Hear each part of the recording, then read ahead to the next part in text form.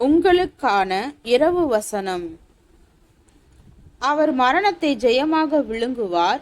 கர்த்தராகிய தேவன் எல்லா முகங்களிலும் இருந்து கண்ணீரை துடைத்து தமது ஜனத்தின் நிந்தையை பூமியில் இராதபடிக்கு முற்றிலும் நீக்கி விடுவார். கர்த்தரே இதை சொன்னார். அக்காலத்திலே இதோ இவரே நம்முடைய தேவன், இவருக்காக காத்திருந்தோம், இவர் நம்மை இரட்சிப்பார், இவரே கர்த்தர், இவருக்காக காத்திருந்தோம், இவருடைய இரட்சிப்பினால் களி கூர்ந்து மகிழுவோம் என்று சொல்லப்படும். கர்த்தருடைய கரம் இந்த மலையிலேயே தங்கும்.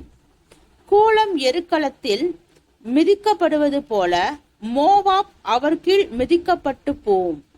நீந்துகிறவன் நீந்துவதற்காக தன் கைகளை விரிப்பது போல் அவர் தமது கைகளை அவர்கள் நடுவிலே விரித்து அவர்கள் பெருமையையும் அவர்கள் கைகளின் சதி சர்பனைகளையும் தாழ்த்தி விடுவார். அவர் உன் மதில்களுடைய உயர்ந்த அரணை கீழே தள்ளி தாழ்த்தி தரையிலே தூளாக அழிப்பார். ஏசாயா 25 அதிகாரம் வசனம் 8 முதல் 12 வரை.